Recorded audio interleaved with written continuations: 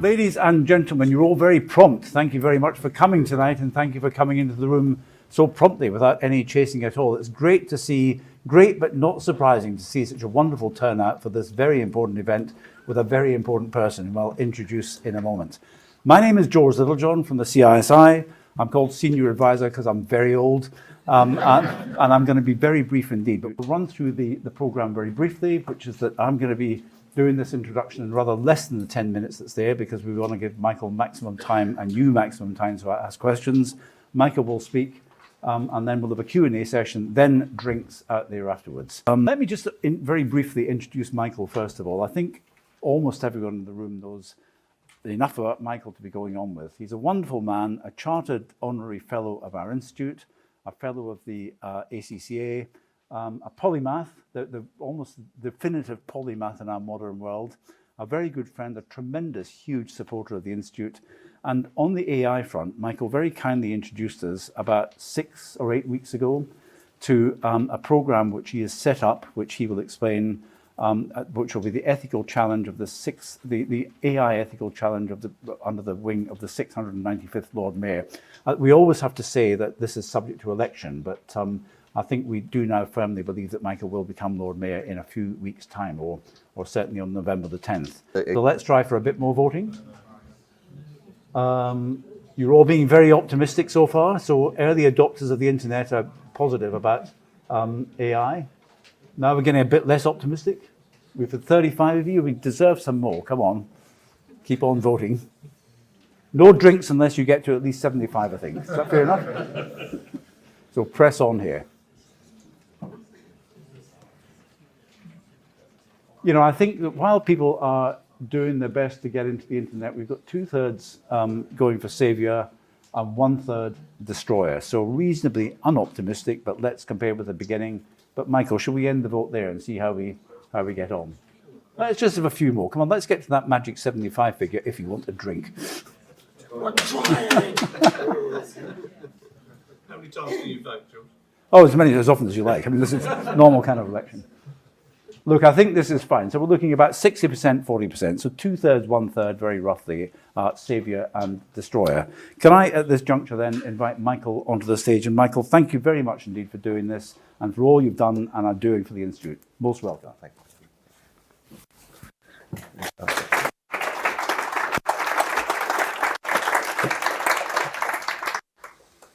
Well, good evening, everyone, and it is a delight to be here. I've always been an immense,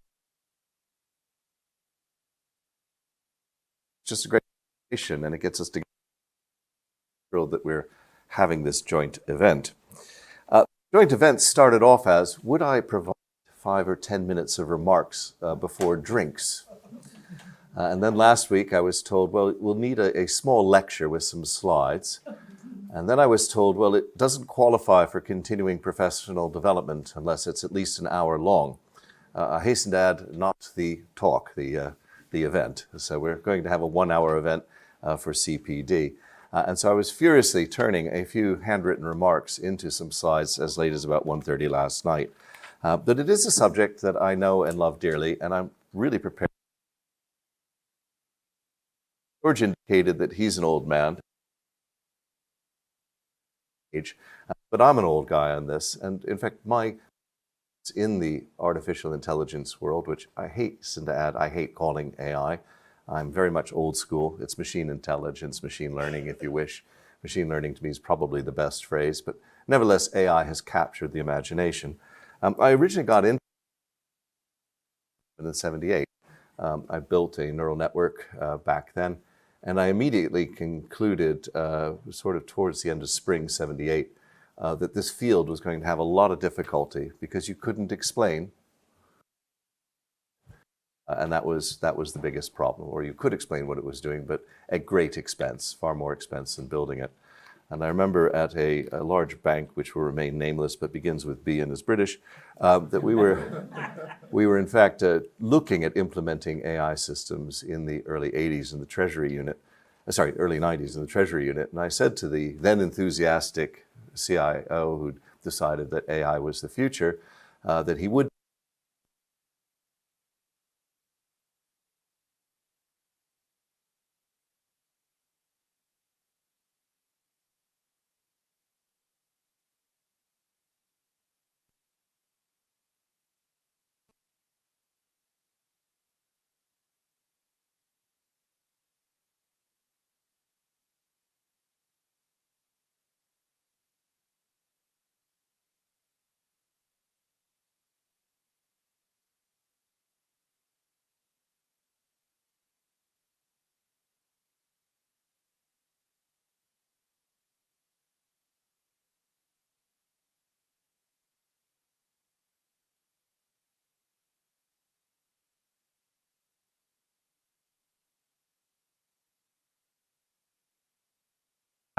So that's kind of it. Now, in preparation for today, I just thought I'd knock up a little slide. And you can see here, this is actually off of Stability AI.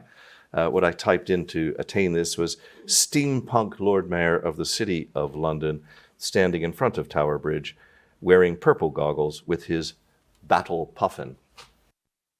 And we might even understand why I put that phrase in. But it does show you just the amazing creativity that we've seen really emerging over the last 4 years. On the other hand, it's not really that new. People in the field will tell you that most of the algorithms, by and large, were pretty much settled. Our problem was large quantities of data, large quantities of cheap processing power, and some decent algorithms. And it's really just the confluence of those that have led to the change. And I'll be showing you during the course of this talk some of the things that I believe are quite ancient, but very important when we look at this to realize that a lot of what we're talking about is not new. Now, we've got a lot to talk about in a way. I think one of the great jokes I heard the other day was chat KGB. Yeah. It's asking all the questions and you have to provide the answers. So we can probably have a thought about that. But I think this report from Pew, to a large degree, summarizes, I think, where most of us feel things are. 602 respondents to this answered a yes/no question as to whether or not AI would be ethical or not. And 68% said they expect that the ethical principles will not be employed in most AI systems by 2030. And 32% said that they expect that they will be. So we have, by and large, a degree of mistrust. I notice tonight's audience is almost the inverse. We're sort of 60-40, savior versus destroyer. And the worries that are contained in this report range through things I think we would all understand. It's difficult to define ethical AI. Control of AI is concentrated in the hands, at the moment it would appear, of a few organizations. The AI genie is already out of the bottle, so what's the point in trying to regulate it? Global competition between China and America may be far more important than any set of ethical principles we might propose. On the other hand, there are tremendous hopes. AI advances are inevitable. It's a consensus that seems to be growing that open source solutions have got a lot of potential, which have also provided in an indirect way ethical substance for many other areas, such as operating systems, and that ethics will evolve and progress as different fields show the way. In other words, it's more a field-by-field application. So we're in an interesting era, an interesting world, and I would like, therefore, to kind of just explore what's AI. That's probably the first thing we do need to tackle, and I know most people in the subject shy away from that, and I'll show you that in a moment. Is it a savior or destroyer? What are commercial and AI ethics? Is there a third way? I might even say a British way, looking at standards markets, and I'm going to talk briefly, as George mentioned, about the 695th Lord Mayor's Ethical AI Initiative. This is not a course this evening on how AI works or anything, but there are a tremendous number of techniques in the field. We personally at Zien have used around half of the techniques there. k-nearest neighbors, neural networks, support vector machines, logistic regression. There's a whole variety of techniques in the field, and we're not here to go through them. But it is important that when you do talk to somebody who does research in these fields, they will have very strong and specific angles on the particular techniques that they do or don't use. So what is common to all of them? Well, the EU has been trying to come up with a law that defines AI. And the EU AI law is interesting to me. I'm normally, oddly, a bit of a fan of EU regulations in the sense of how well crafted they are. 27 nations have had to batter it out with each other, look at different cases. So when a piece of EU legislation comes forward, it's certainly whatever it is, it's never been rushed. It's normally a well thought out piece, in contrast to other countries which move swiftly. So we have that. And the EU has laid out these 6 principles. It wants to have a human-centric approach to AI. It wants to take risk-based. All governments talk about regulation and then to tell you that they won't put too much in. It'll be risk-based. Don't you fret about it.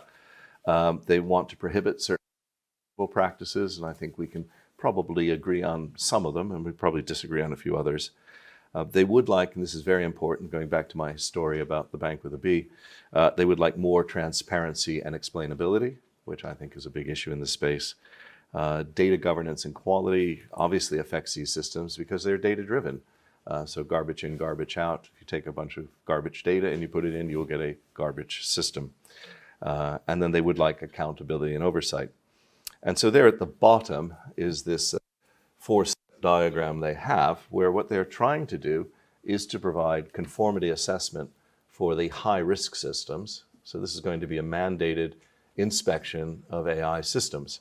Now, all that doesn't sound too bad. And as I said, I tend to be a fan of EU regulation. But let's have a look at what is an AI system. So at the beginning of the EU AI law, it says an artificial intelligence system means software that is developed with one or more of the techniques and approaches listed in Annex 1. I love asking experts what the definition of AI is in the EU AI law, because most of them actually haven't read it, and they waffle on for a bit. And I kind of go, great, well, I can tell you what it is. It's all the techniques listed in Annex 1. So when you go home tonight, and your other half says, where were you? I learned all about AI. Well, great, what is it? It's all the techniques listed in. So go to Annex 1, and that is Annex 1 down there, contained about 50 pages into this document. And basically, it's just a big, long list of techniques. In other words, every computer system of any moderate complexity is an AI system. So all computer systems start to fall under the AI law. And that's kind of terrifying. Now, a lot of people might say it's been an issue in software for years about reliability. Software is engineering. We're putting our hands on aircraft into code. We're about to go for autonomous vehicles, and frankly, the cars are so full of software as it is, it's there. So there are some good arguments that all software in some way has moved from being test into products that we need and use and put a lot of reliance on. But this type of definition isn't going to get us very far. Now, I had a session last year with the team that had coded the original OECD report that led to the EU AI law. And I said to them, one of the interesting things is that this law is going to really cause a lot of havoc.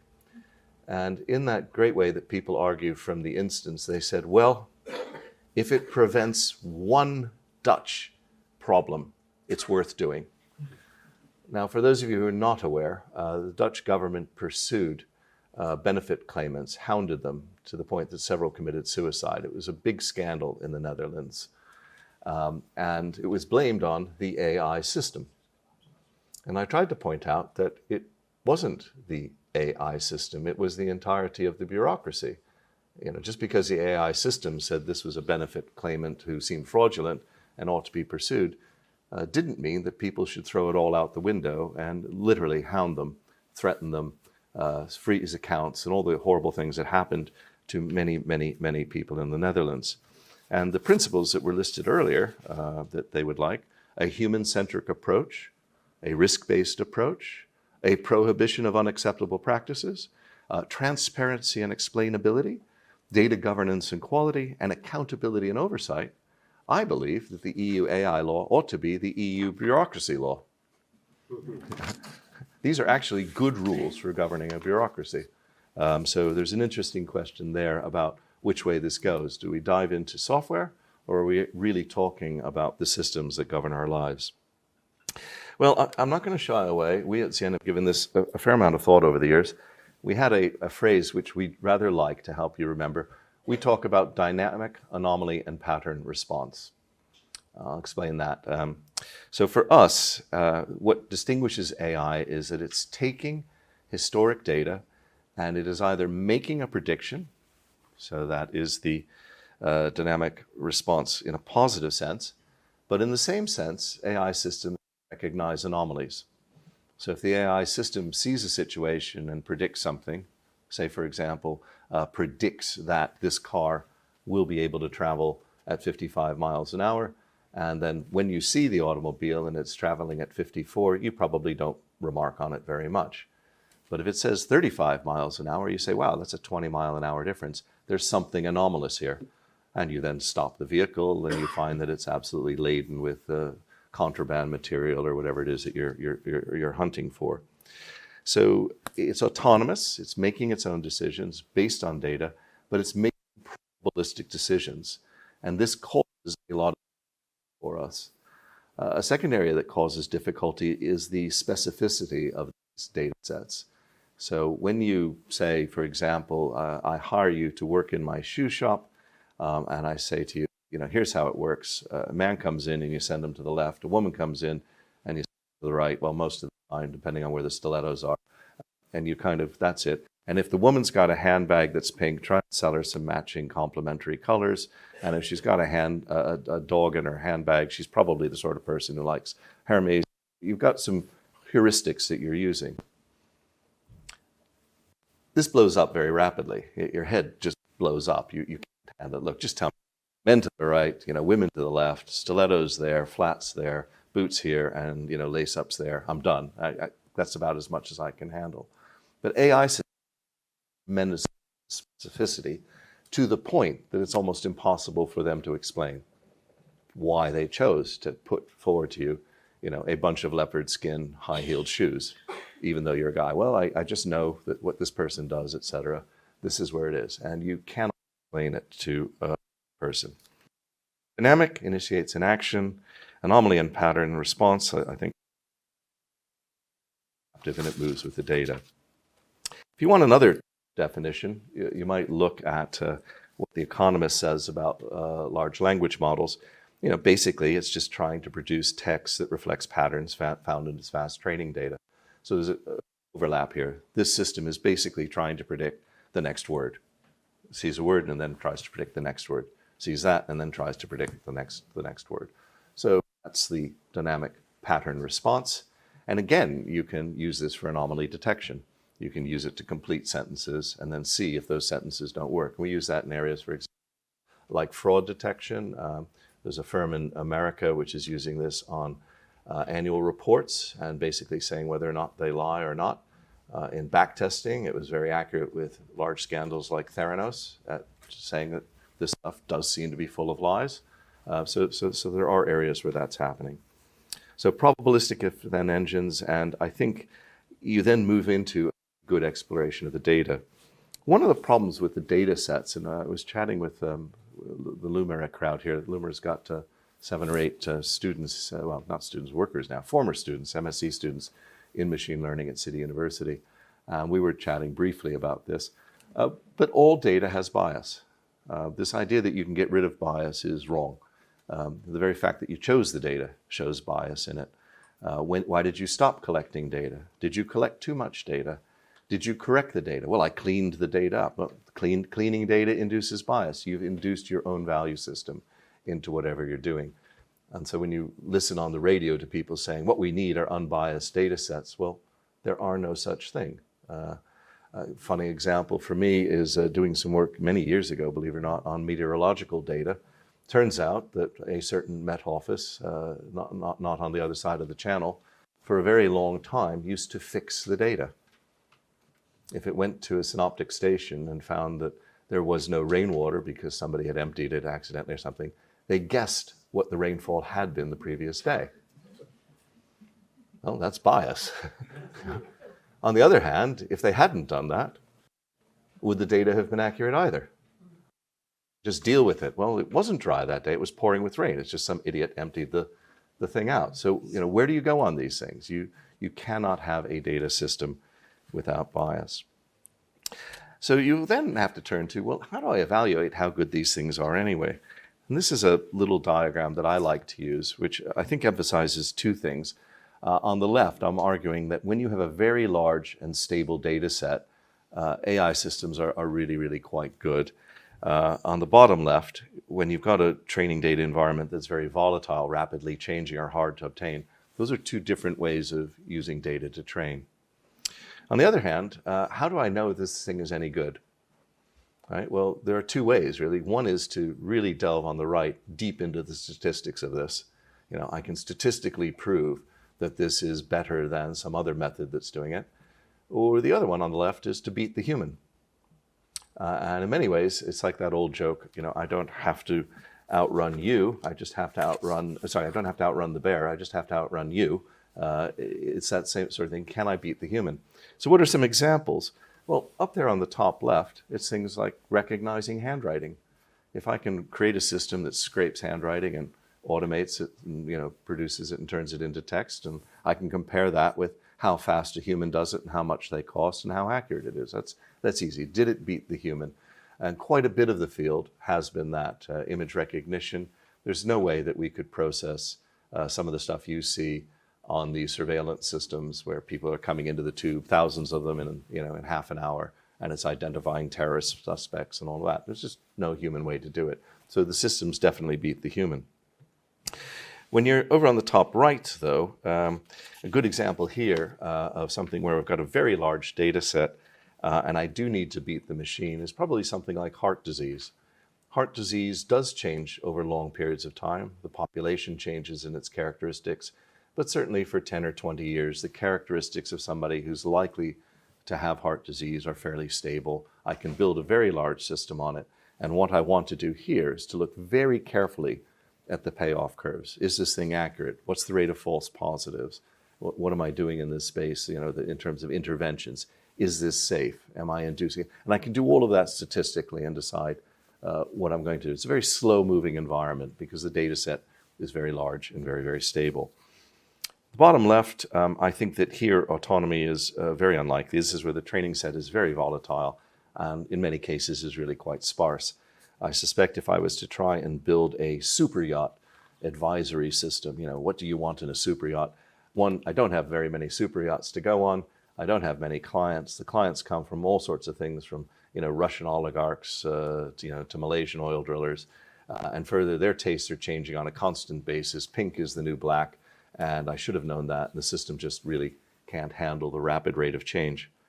And then on the bottom right, where I can use AI supposedly, these are probably very simple algorithms, is in areas like day trading. And if you talk to people who are running on high-speed trading algorithms, they're always desperate to keep the algorithm as simple as possible because the environment is changing so very fast and rapidly.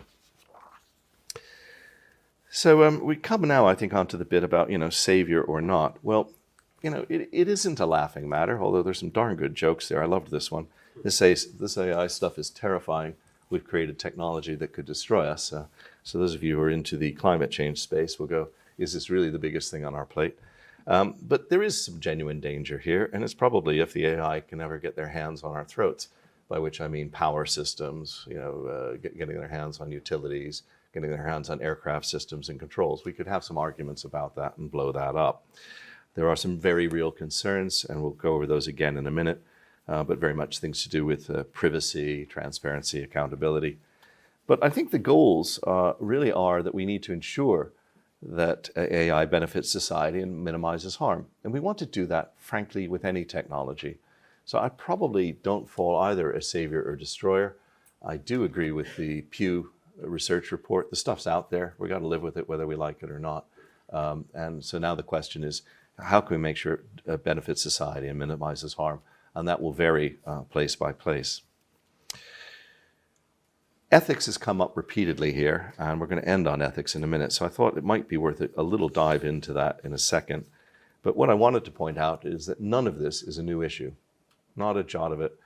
Isaac Asimov wrote a whole series of short stories over a decade in the 1940s. It was wrapped up in December 1950 as a book called I, Robot, and he postulated his 3 laws of robotics, which you can read below there.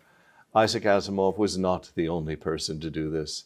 Hundreds and hundreds of sci-fi authors spent their time in the 40s, 50s, 60s, 70s, 80s, and frankly, even today, debating the ethics of AI. You might say, well, what do I care about a sci-fi author? Well, remember that sci-fi authors are philosophers, sci-fi authors are technologists, sci-fi authors are sometimes scientists. So it's been a widely debated field, and it's one that I don't think really has got much intellectual mileage left in the ethics of it. We've been through the arguments for well over half a century, in fact, a bit longer if you want to throw in Frankenstein and Mary Shelley and some others. But we have seen a hype cycle. And if I had been speaking about large language models a year ago, I seriously doubt anybody other than some of the people here working in the field would have known what I was talking about. And I doubt we'd have had George put out a call and get 100 people to turn up. Very, very much at a hype cycle. So I would argue that just like the metaverse, our job is really to try and keep some kind of sense of proportion on all of this. And I think in many cases, we're seeing a lot of people using AI just for the sake of using AI, to say that they're using AI because it's trendy to use AI. I think only as recently as 3 or 4 years ago, I could have probably said the same thing about blockchain. I'm using blockchain because, well, I'm using blockchain, and that's great. One of the most interesting things on the hype cycle has been that since the EU put out its AI law, many firms that I've known over the years who used to come and talk about their advanced AI, one of them actually had a patent on averaging, they claimed. They'd applied for a patent. And when I said, I think what you're doing is averaging, oh, we've got a patent on it. I said, well, that's just averaging. The patent won't be awarded. It never was, by the way. Now they're saying, and they said it was all due to their advanced AI. Now they're saying, we don't have any AI, no AI at all, just simple algorithms, no need to regulate us. So amazing how that shift is occurring. So then we turn to the final area where I wanted to talk a little bit about Saviour or Destroyer, or is it muddledom? Now, many people here will know about the precautionary principle. And the precautionary principle is one that has been extremely popular in Europe. In short, it basically said if there's any danger, stop doing anything at all. That's those of you who like the precautionary principle think I'm being very antagonistic, but I'm not. If you really read it, it basically says if you've got any doubts at all about a technology, just cease and desist, do more analysis to the point that you're absolutely sure. This has been in marked contrast to America, which is kind of, just do it, just do it, just do it, and I'll see you in court if it all goes wrong. And so we have this complete divide between Europe and America. And this slide here, tries to show you it. This is actually, a legitimate. Should an action be taken or not taken? And so you go through these columns and rows. So let's go down over the rows. Could grave harm be caused? If that's true, then unless the benefits of action not taken are absolutely gargantuan, just don't do it. And you're trying here to avoid extreme catastrophe. If, on the other hand, it's not going to cause grave harm, then by all means, just do what you like and see where it goes. So the minute you have a doubt about AI, if you do think it's going to be a destroyer and you follow the precautionary principle, you should really shut everything down. A slightly more complex way of looking at it is this slide here, where I've taken 2 bits. Let me just try. I'm never too good with these things. There we go. Here, your entry point is there a scientific certainty and consensus? In which case, go ahead and do it. Is there not? Use the precautionary principle. In other words, don't do anything except study it. So you've got this kind of tension here of what you want to do. A slightly richer look here. is, I've got a potential risk. Is it highly uncertain? Evaluate those. Are the consequences severe? Then evaluate the costs and benefits of inaction, and will society be adequately protected if we do nothing?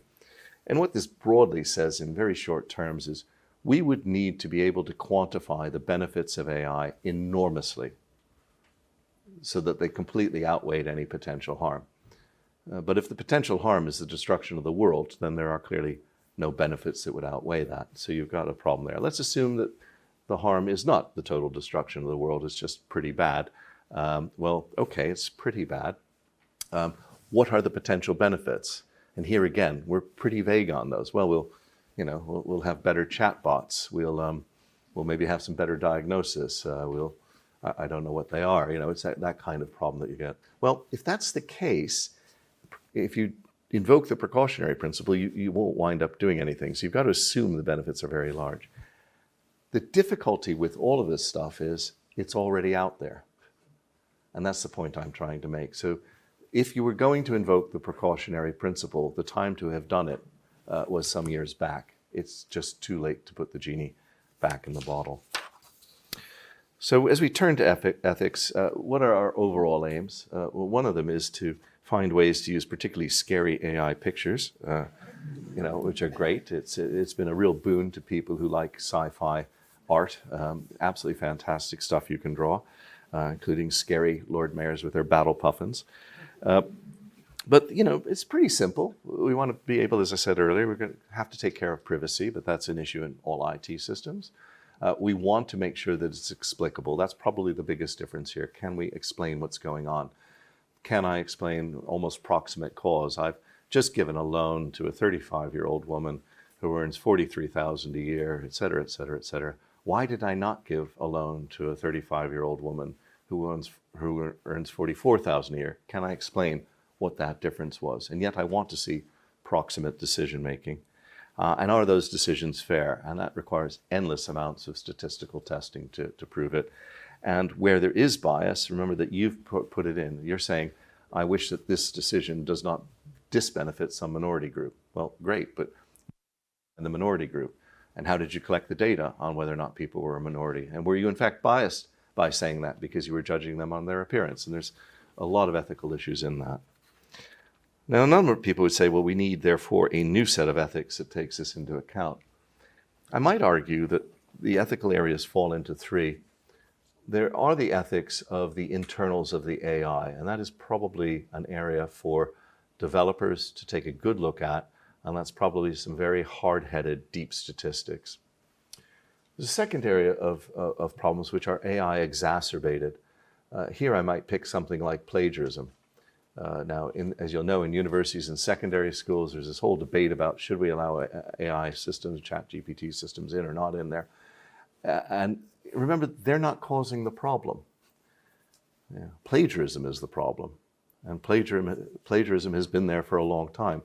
As somebody who has done from time to time courses, I do remember one course where I ran 35 students through the government's plagiarism system, and all 35 failed.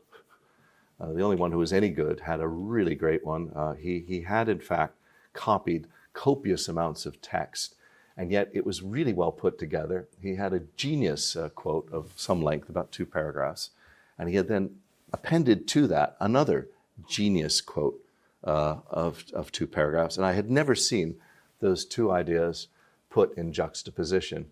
And if he had just written a connecting clause, I would probably have given him a very good A. The reason, of course, is the first 2 paragraphs were mine. And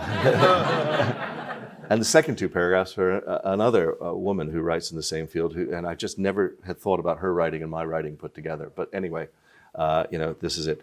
But the problem wasn't the use of the systems. This is just, it's plagiarism is the issue, and we need to focus on it, on that in its own. And then we've got, of course, AI unique issues, which is probably in some of the application areas. So here, in my sense, it probably feels like autonomous driving and things where we do need to consider, are there some unique issues to the AI? So far, honestly, I haven't really found any of them. Now, I'm going to borrow a slide from Ian Harris. Ian, you got to put your hand up again. This slide is Ian's. Extraordinarily hard 12 to 15 years ago to produce something called Diode, which was a methodology to introduce new technologies responsibly, the ethics of introducing new tech. And he went through this entire area of philosophy. So he was looking at teleology, deontology, utilitarianism, and drawing diagrams and really studying it, and gave, in fact, a fantastic lecture just on this slide almost at Gresham College about 10, 12 years ago. But where we got to at the end of all of that was pragmatism. And one of the most intriguing areas is medical ethics. Medical ethics has struggled with this for ages. And they basically say, if you want to be ethical, the methodology you need to follow is to make sure you consider 4 areas, and there are no absolute answers. And the 4 areas are listed here, very much autonomy. Have you allowed people the right to handle their own bodies? You're not making decisions for them. Have you got beneficence? Is this actually adding to somebody's welfare? Non-maleficence, you're not really going to harm somebody. And justice, overall, is this a good thing for the system? And medical people teach this and struggle with it on a daily basis. Take the recent pandemic. Autonomy. Well, obviously, it's your choice whether or not you take the vaccine. Well, unless you're in a care home, in which case we'll inject you. And unless you're under 16, in which case we'll do it to you at school because it's for your own good. So you can see that autonomy doesn't work. This person's got dementia, so we're going to inject it. It's for their own good. Right? Beneficence. Well, does this contribute to my welfare? My odds of catching COVID may or may not be that great. Maybe I don't want it. Maybe I'm prepared to take the chances. Well, that doesn't matter. Is it really helping me that much as an individual? We'll come back to that. Non-maleficence. Well, obviously, we don't mean to hurt anybody. A few people out of every million die, but it's just the breaks of the game. Well, hang on, I could be one of those few people, and I don't like that. And then finally, we move to justice. Overall, does this make sense? Is this adding to herd immunity? Is it keeping things down? And what you can see here is it's a practical decision. What I want to see is that the clinicians have thought about all those 4 areas, have weighed them up. And as I just indicated, there is no right answer.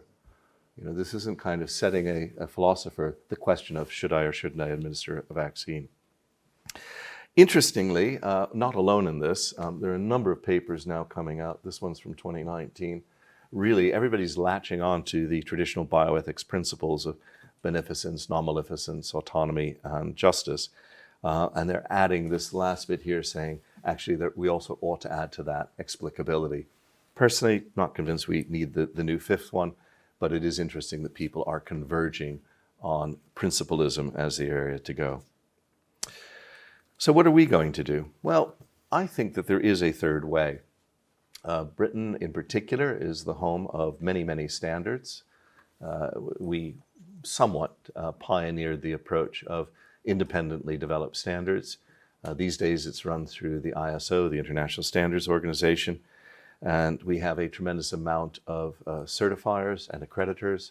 And as you saw there, that the EU is looking at conformity assessment as well. So these are markets which have got a lot of advantages over direct regulation. Local interpretation, competition amongst the people who are doing the regulation, which hopefully helps to keep costs down, also helps the standards to evolve. And it's something that we have used. And a lot of people in financial services don't realize the scale of this. It's an absolutely enormous area. In fact, we did a report a few years ago called Backing Market Forces, where we pointed out that with the exception of financial services, in fact, large chunks of the economy run that way. The regulator for all of the standards, for 3,500 laboratories, 800 certification agencies, which handles everything from non-fire carpet, fire extinguishers, aircraft, automobile safety, all of that stuff is done with a regulator of 350 people. And I sit on that regulator. It's the United Kingdom Accreditation Service. And how many people have we got regulating financial services, which is about 10% of the economy? Probably in the neighborhood of about 30,000. If you start adding up all the various agencies, the FCA, the PRA, the pensions, it gets to be quite a large number. So this approach works, and it works internationally. So George mentioned that a few weeks ago, in fact, it was on the, I think it was on the 27th of June, we had a kickoff, and we've launched an ethical AI initiative to apply those standards. We're hoping to bring in students in September. I think we've got about 25 people who've indicated they'd like to register.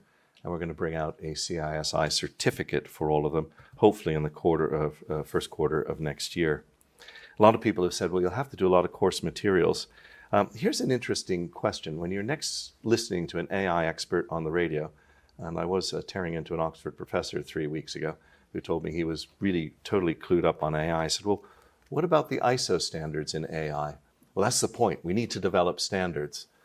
And I said, well, what you need to do is to develop a sense of doing your homework. There are, in fact, 3 ISO standards. There's an ISO standard on managing AI, an ISO standard on the risks of AI, and guess what? An ISO standard on the ethics of AI. And if you know anything about ISO standards, you know they don't just pop out of the woodwork because Rishi Sunak went to America and discovered AI. They have been in the making for nearly 15 years. And have been published over the last 3-4 years in various forms and guises. So there's a lot of material out there. I mentioned Diode, which is a methodology. We want to take those standards, train people on the standards, teach them a methodology to apply principalism, and then start issuing the certificates. Clearly, we're kicking off here with CISI in the field of finance, but in addition, we hope to make this a body of open source materials. And I was, in fact, this afternoon touching briefly with the Law Society and others on them picking it up and deploying this in different areas, pharmacology, law, actuarial science, etc.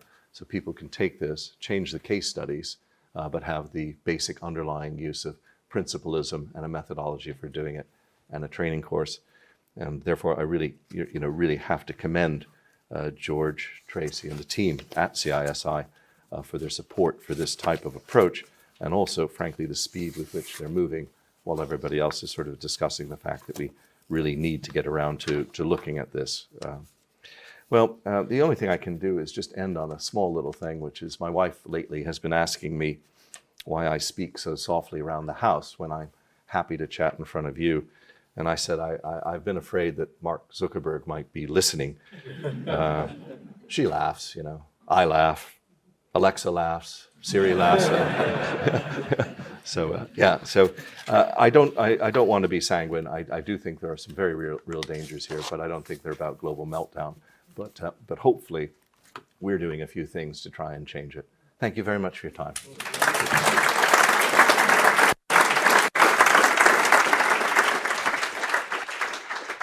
Michael, thank you very much indeed. Fascinating and inspiring as ever. Thank you. Time now for questions and comments and so on. There are 3 anomalies, 2 anomalies and 1 bit of information on this sheet you've got. Firstly, Slido. If you want to download it now and you haven't done so before, please do. You can ask questions through that. Secondly, I don't quite know why my biography is considerably longer than Michael's. It's completely the wrong way around.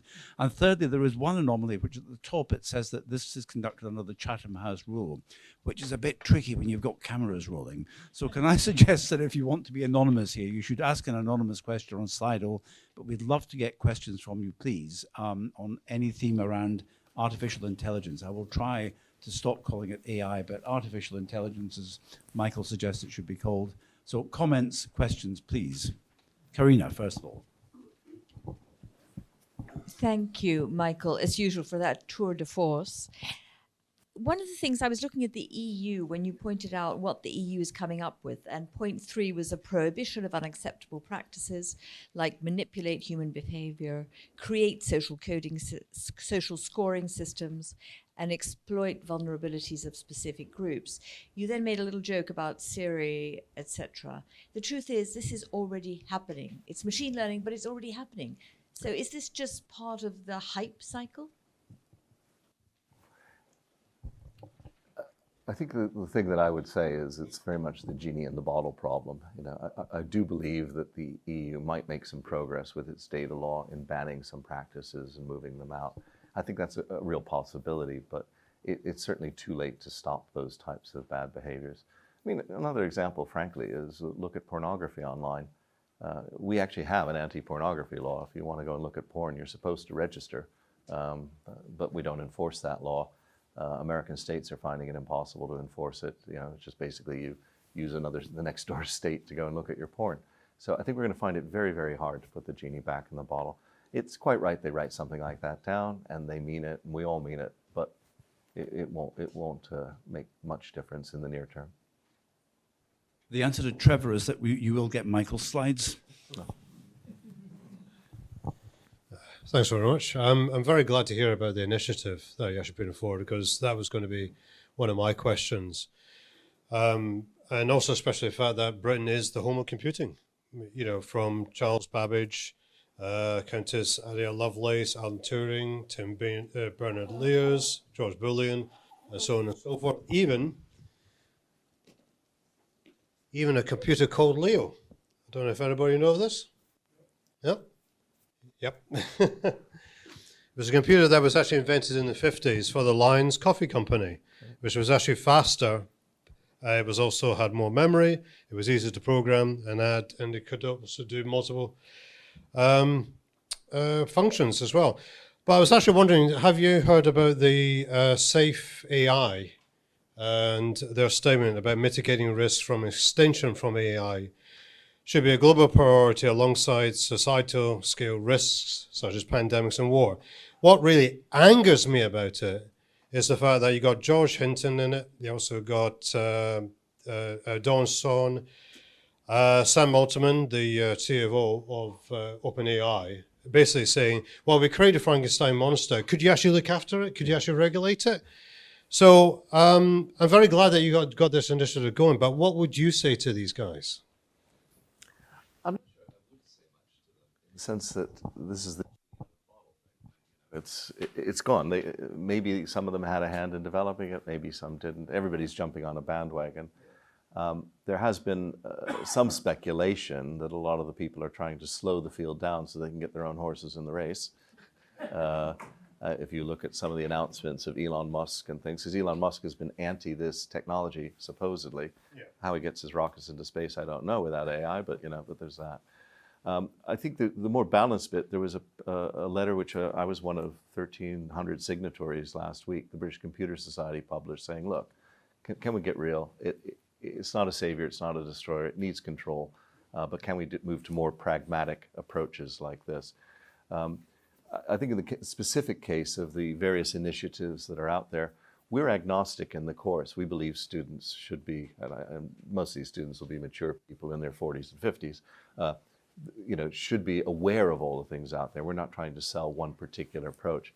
But I have done a hopscotch through most of the approaches, and they boil down to those two Venn diagram slides that I saw, if at least in my interpretation. So somebody's got 8 principles, somebody's got 6 principles, somebody's got 14 principles. The Australians have got their own government principles, the US, the British. It's a hodgepodge out there. But actually, if you look at them, they're pretty comparable, and I don't really care which one anybody uses. Of course, we'll be trying to boil it down into something students digest, but they can do it. We're going to make a big noise about this. About the initiative? Yeah. What, try and keep me down? Yeah, no, between George and me, we'll make sure that people are very aware of this. Right, yeah, this has got to be not only national news, it's got to be world news as well. It does, and may I say, in fact, whilst I couldn't get our local regulator, the FCA, to pay any attention, the Bank of Italy has decided to come in as an observer, which is great. So no, it is getting international attention. We want more. Yeah, good. Appropriately, top question, that was great, thank you. Top question there is about significant reforms needed in the education system. We think there are significant reforms needed, don't we? Well, I gave a much longer lecture to a far more tense audience, I think, at the Franklin Lecture on Education at Mansion House in February. Yes, huge changes are needed in the education system.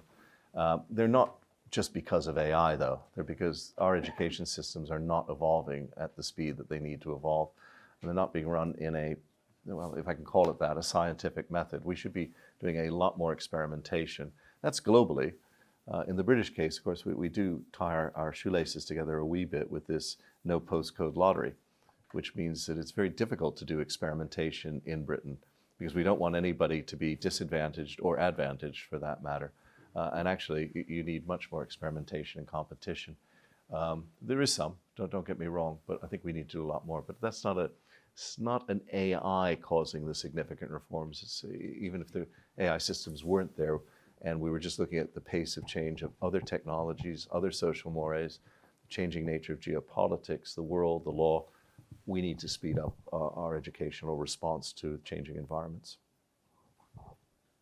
Yes, Professor. So the title is very enticing and seductive, Destroy or Saviour. Your talk has really helped me to understand that there will be, when people calm down and we get past the hysteria and we stop talking about those two extremes, do you think it might evolve another question? Will AI, enslave us or liberate us? Where do you think, what's trending there? Do you think that's maybe the next evolution of questions? I think it's going to be interesting as people find in their own little lives things that AI makes better. I'll share a story I probably shouldn't share. Yeah, I'll just tell it quietly, so just amongst us girls. So just before Christmas, I was trying to catch a flight. And the day before, I had received a phone call from, you've all had that kind of client, the one who has an idea and wants you to prepare a proposal of a form. And then says, that's great. And you know that 9 times out of 10, they're not going to do anything about it. But you also know that they've been a good client in the past and you would like to make them happy. And it was 5 minutes, I remember this was exactly 5 minutes to 12 on Saturday, and I was heading away. And I wasn't sure, did I want to do that or did I want that to be hanging over my head for the next 2 weeks? I thought, well, you know what I'm going to do? And I did go to ChatGPT. And what the client had asked for was they wanted a 2-day art conference. They wanted thinking on a 2-day art conference. So I typed into ChatGPT, I would like, this is 11:55, I would like to have an agenda with timings for a 2-day conference on the art market. 45 seconds later, I had it. Now think about what I got. I got 8:45 registration, 9 o'clock keynote speech by international art dealer, right? And then I had panel sessions. There were 4 panel sessions on the first day and 4 on the second. And they were darn good titles. The art market and international intellectual property, the changing nature of gamification in art, NFTs in the art market. And I thought, you know what? He's not going to buy anyway, but I might as well make him happy. So at 11:59, I hit the button and sent it to him. And 2 weeks later, he says, you know what, I've changed my mind. Maybe we don't want to do art, but he's a happy bunny. That saved me. You know how long those things take to craft? You got to get the timing right, then you got to think of the titles and all that. So in less than 5 minutes, I'd saved myself probably 80 to 90 minutes. Now that's sharing my story with you. You have similar stories. And I do think, if it saved 2 hours of my life, I value that quite highly. And I'm sure we all value our minutes very highly. So I believe there are going to be a lot of areas here that will be beneficial, even if it's just less time wasting. Michael, we've got some bad people on the screen. Rogue agents, bad actors, Russians, terrorists who are not reading the EU guides, and GDPR, which is not a bad thing. It's a good thing, of course, but can be difficult at times. What do we think about bad players out there? Well, the question, which is a very good one, specifically says how to control the development of AI by rogue agents. And what you need to do is sell them consultancy advice and ethical AI courses, which I don't think they're going to buy. Honestly, this is very similar in many ways to online fraud. The only way we're going to fight it is machine against machine. If you look at the online fraud market, we did a big study on online fraud last year at CN. Online fraud is outrageous. We're looking at 6 million reported cases a year. It's actually at least quadruple that. Those are the people that bother to report onto, what's it called? The fraud online reporting system, which action fraud, yeah. And action fraud itself looks fraudulent. Seriously, to report a fraud, you have to give your name, your birth date, your mobile phone number, etc., on a page with grammatical and spelling mistakes, right? And that's our government in action. To be fair, somewhat due to that report, that system has been taken down and is being replaced. But the point is that for 9 years, that was a system. And none of the people who wanted you to report fraud were using it. I spent a lot of time going around going, yes, but you're in charge. Have you actually looked at it? I don't need to look at it. People look at it for me. And I haven't had a fraud. And I said, what do you mean you haven't had a fraud? have you opened your spam filter ever? You've had frauds. You ought to be trying the reporting system. So we know that online fraud is out there. And then we get into the people who actually fall for it, which is, I think, probably all of us have, if we're honest, fallen for something. But many of the cases are really quite grievous. A woman that I happen to know in Wapping lost everything to a romance fraud, and she's left with just her state pension, all of her savings gone. So it's pretty harsh out there. And yet, we don't solve it. And why is that? Well, our approach so far has been PC plod. And think about how it works when you're doing an online fraud. I'm going to come to rogue agents in a minute because they're almost the same thing. I need to find a payment system. Otherwise, there's no point in doing the fraud. And it better be a payment system that's outside of the UK. I need to have a bot farm of some form, and that better be outside of the UK. And many of the frauds rely on buying large numbers of telephone minutes so people can call and assure me that it's not a fraud.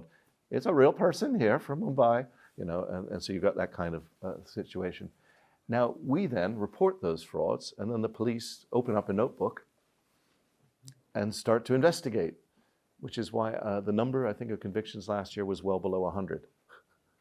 Well, it's not surprising, because they're not here in the country. In fact, why did you go through the PC plot thing anyway?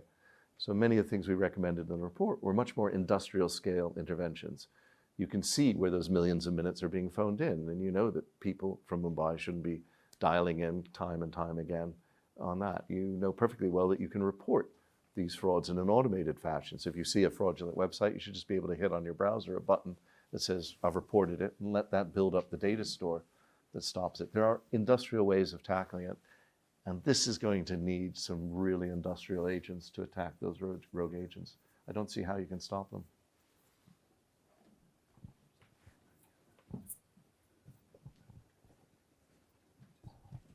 Michael, I agree with you about EU regulation.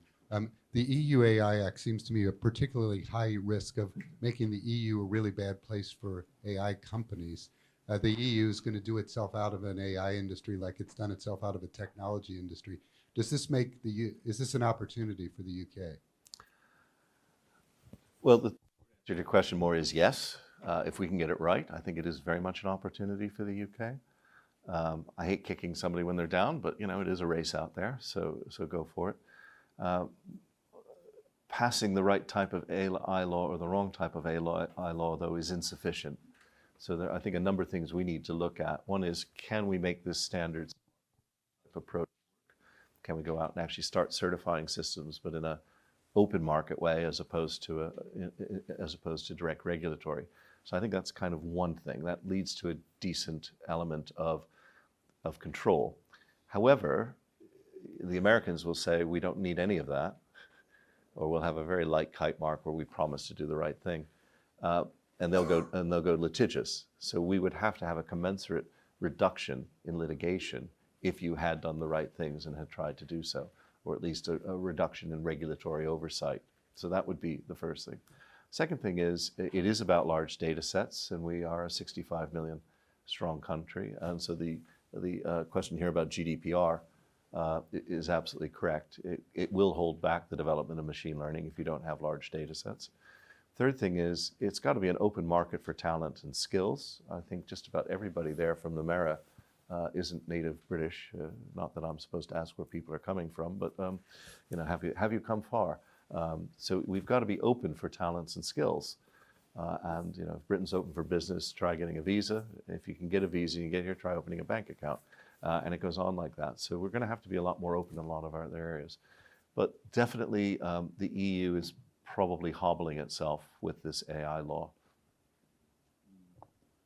Thanks, Murray. First, good question. Michael, we've taken up so much of your time. It's absolutely fascinating. Thank you. We started early, so I think we'll finish after maybe one more question. I saw a question there about the confluence of quantum and AI, and we've got the Queen of Quantum sitting here with us. What about that? Impact on finance of quantum and AI coming together? Right. Well, the interesting thing to me about quantum is it's certainly not smaller, cheaper, or faster. What it is it's something that solves problems we've hitherto been unable to solve.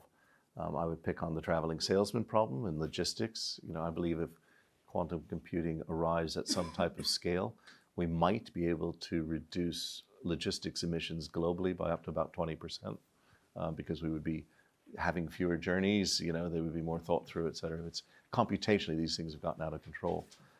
Directly in finance, there are logistics issues as well. But more importantly, you're looking at things like portfolio balancing and speed of portfolio balancing and the number of times you can reallocate across the portfolio, which, again, theory says should lead to greater market efficiency and better liquidity. So those should all be good things. But I think the conjunction of the two is just an ever-evolving trend of trying to develop better and better systems. I'm optimistic about both of them. To be honest, I'm probably more optimistic about quantum, because it's solving new problems, whereas AI is causing as many problems as it's solving. Michael, thank you. And Karina Robinson in the front row there is the aforestated Queen of Quantum. You can speak to her afterwards about it. Good. Before I thank you for coming and Michael for this terrific occasion, and we will address all of these questions on the system in the educational materials we, as Michael says, are rapidly producing at CISI, and share them with our friends and colleagues at British Computer Society too. Can we take another vote, please, on how we started, which is essentially, have you changed your mind? Is AI, artificial intelligence, saviour or destroyer? Now, we know who's voting, which means that the only people who are going to get a drink are the people who vote, okay? So you've got to vote. All 75. Let's have a few more, can we? A rapid fire. And while you're doing that, I'm going to thank you all very much indeed for coming. We hope you can join us for a quick drink beyond the original London Wall there. But Michael, huge thanks to you for a really terrific evening, and thank you very much. And we seem to have about the same result as we started with. So we're still there. But Michael, thank you.